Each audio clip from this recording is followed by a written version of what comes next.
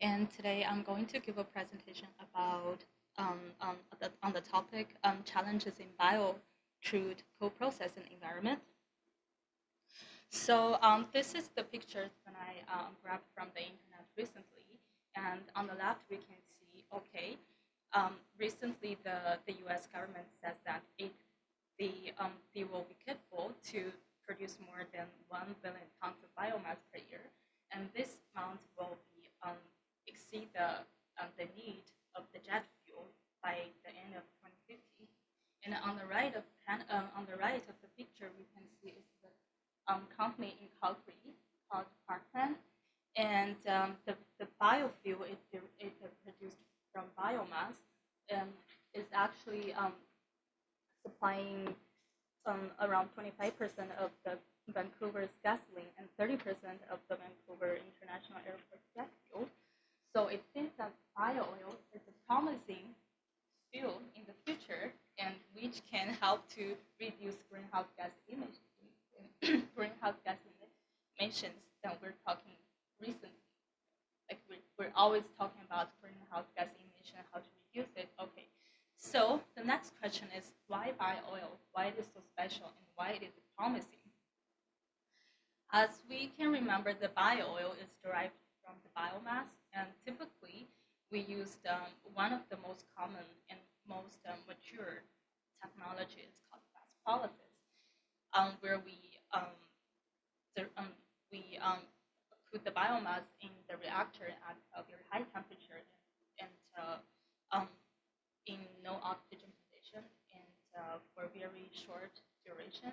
Then we collect this condensed liquid, which is um, a black color and called bio oil. So why bio oil? It has certain advantages. First is it's renewable. Second is it can reduce greenhouse gas emissions, and it has very very low sulfur content compared to other fuels such as fossil fuel. The fourth is it provides a solution for the waste management. However, this application, the biofuel, transformed from biofuel to valued added dropping fuel, is still in lab scale. It's not even commercial, commercialized yet, and due to the following four limitations. The first is the high acidity, and the pH is around 3, and very high oxygen content, which means it has very low heating value, and also has very high water content, depending on the source of the biomass. Usually, it's around 25 to 30%.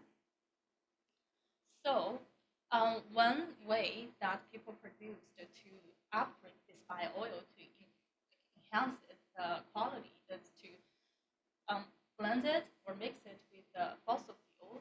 As we know, when we upgrade the fossil fuels, petroleum fuels, we put it in the FCC reactor, and if we can mix this two fuels simply, then we can inject them together, and then we don't need to change the structures or the existed FCC reactors. There are a few advantages, and the first is yeah, of course, the quality will be upgraded, and the second that we can use the existing infrastructures, and third is we can avoid the cost of the changing of the instrument of the FCC reactor.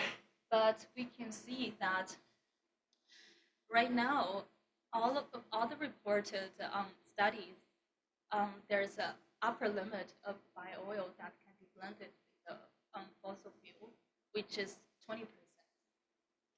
So why? It is because first, bio oil, as we said, high water content, which means it's very polar. And for fossil fuels, we know it's basically hydrocarbon, different carbon chain length. So very non-polar. So polarity different, and also oxygen content very high. So all of these reasons makes it immiscible with the fossil fuel. And one of the most important things that people um, haven't put enough attention is the corrosion, uncertain corrosion mechanism in the FCC reactors. So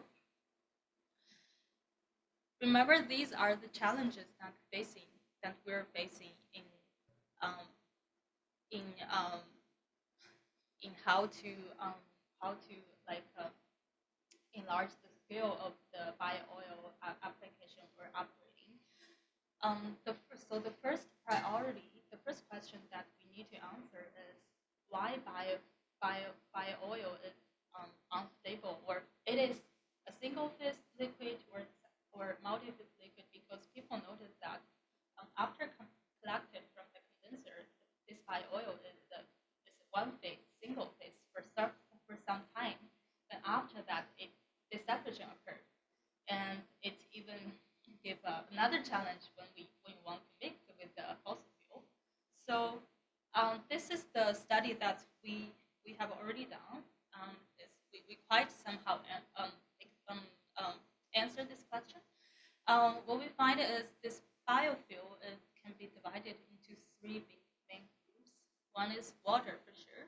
One is water insoluble content, which is polycyclically, and this is the black bubblegum like salt solid that's precipitated in the bottom when by oil is put in high temperature conditions.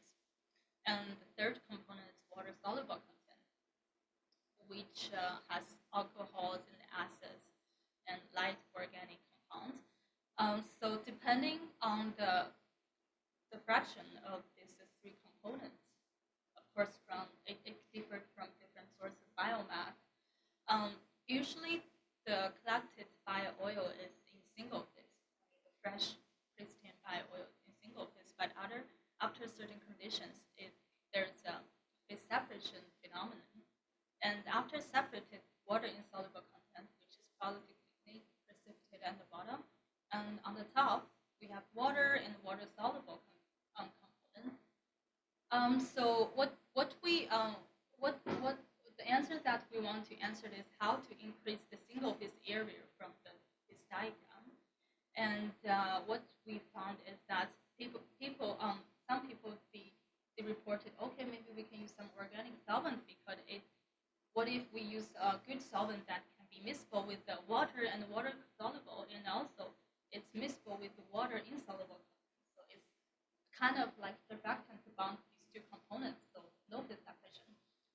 But they explained from the perspective of the viscosity change, the pH change, the water content change. One problem of using those parameters is once phase separation happens, if you add some surfactant under elevated temperatures, phase separation again. But using this indicator is not accurate enough, because, for example, once it's separated, you cannot simply make the other separated phase into one phase simply by sonicating or homogenizing.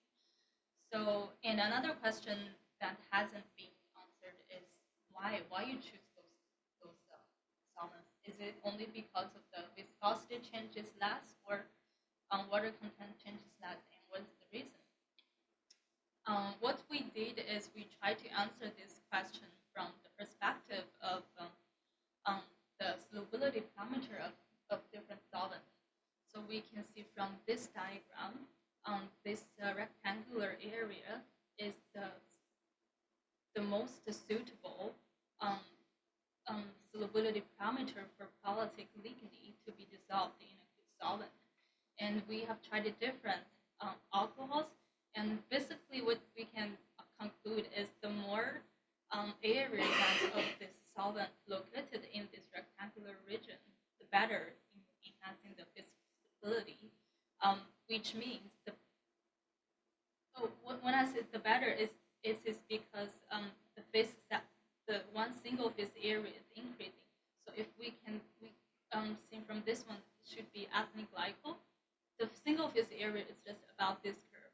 But if we see the bottom curve, which is isopropanol, the single phase area it gives is much higher than other solvents. One key conclusion is that the more OH groups, more hydroxy groups in the solvent, more detrimental in enhancing increasing the single phase area. And the second is for the one OH OH group alcohols, mono alcohols, the longer the carbon chain, the more preferable in enhancing the single phase area. As we can see, this if we add 10% of this is no methylation at 50 degree, aging at 50 degree for 4 weeks. We can see if we don't add anything, the water soluble, insoluble content is increasing, water soluble is decreasing, and we need to have the short. So maybe okay, you could wrap up with letting us know where you will do your mobility. Yes, yeah. So the second problem that we're going to solve is the